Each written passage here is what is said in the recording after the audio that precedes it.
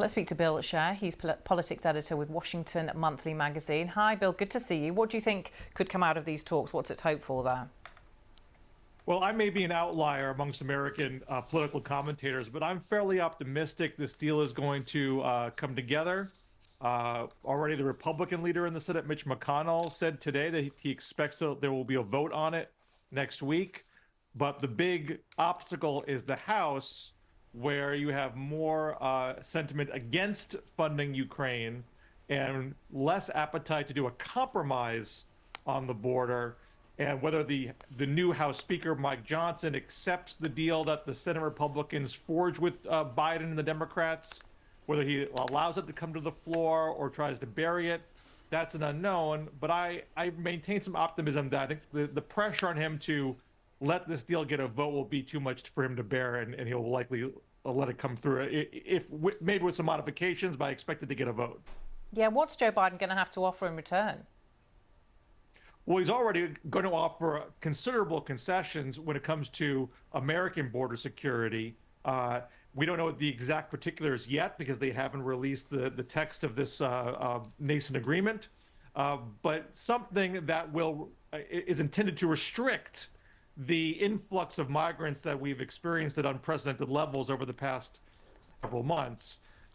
But even though it'll offer concessions to Republicans, keep in mind Donald Trump, who is the titular leader of the Republican Party, he's not going to like any deal that he did not forge himself. So he's likely to trash it. He's likely to pressure Republicans to reject it and not give Joe Biden a win and call it insufficient. So you're going to have that cross pressure on the Republican Speaker, Mike Johnson, to kowtow to Trump, or to listen to the Senate Republicans who are going to say, if you don't do this, you're going to be abandoning Ukraine. You're going to allow Putin to steamroll Ukraine and do nothing on the border, which is an issue that we have said is of utmost importance. So it's a big vice that Mike Johnson's going to be in. Yeah, you mentioned Donald Trump there. How big an issue is this going to be in the presidential campaign? We heard just a few days ago one congresswoman who supports Trump this week pledged her and Trump's support for mass deportations if he's re-elected.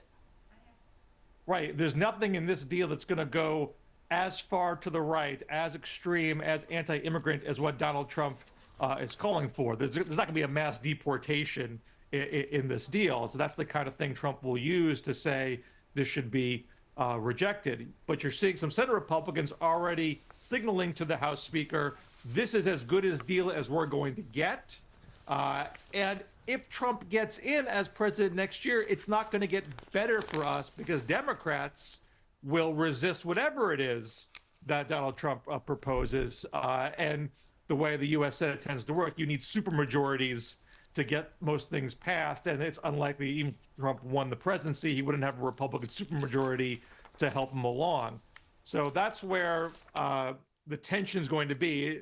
Those who think we should do the best that we can in terms of border security and help Ukraine, or reject a compromise and cut Ukraine loose. Bill Scher, we'll see how that meeting develops. Thanks for being with us.